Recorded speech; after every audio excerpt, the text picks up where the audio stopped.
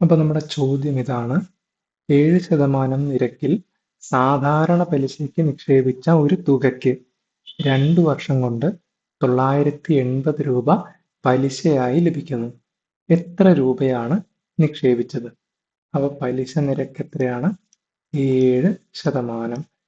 2 വർഷം കൊണ്ട് എത്ര കിട്ടുന്നു? 980 രൂപ കിട്ടുന്നു. അപ്പോൾ ഒരു വർഷം കൊണ്ട് കിട്ടുന്നത് എത്രയായിരിക്കും? അതിന്റെ പകുതിയായിരിക്കും. 980ന്റെ പകുതി 490 രൂപയാണ് ഒരു വർഷം കൊണ്ട് പലിശയായിട്ട് കിട്ടുന്നത്. ഓക്കെ, അപ്പൊ പലിശ കാണാനുള്ള ഇക്വേഷൻ എന്താണ്? തുക ഇൻറ്റു പലിശ നിരക്ക് ഡിവൈഡഡ് ബൈ 100 ചെയ്താലാണ് നമുക്ക് പലിശ കിട്ടുന്നത്. അപ്പൊ പലിശ എത്രയാണ്? 490 ആണെന്ന് കിട്ടി. ഇതിലാകെ നമുക്ക് അറിയാത്തത് ഈ തുകയാണ്. അത് കണ്ടുപിടിക്കാൻ അത് മാത്രം അവിടെ വെക്കുക. ബാക്കി എല്ലാത്തിനെയും അപ്പുറത്തേക്ക് കൊണ്ടുപോവുക. അപ്പുറത്ത് ഓൾറെഡി 490 ഉണ്ട്. താഴെയുള്ള 100നെ മേളിലേക്ക് കൊണ്ടുപോകുമ്പോൾ അവിടെ ഇൻറ്റു 100 ആവും. മേലെയുള്ള 7നെ താഴേക്ക് കൊണ്ടുപോകുമ്പോൾ ഡിവൈഡഡ് ബൈ 7 വരും. ഓക്കെ, ഇനി വെട്ടുക. ഇവിടെ ഒരു 7 ഉണ്ട്. 49നകത്ത് 7 ഉണ്ട്.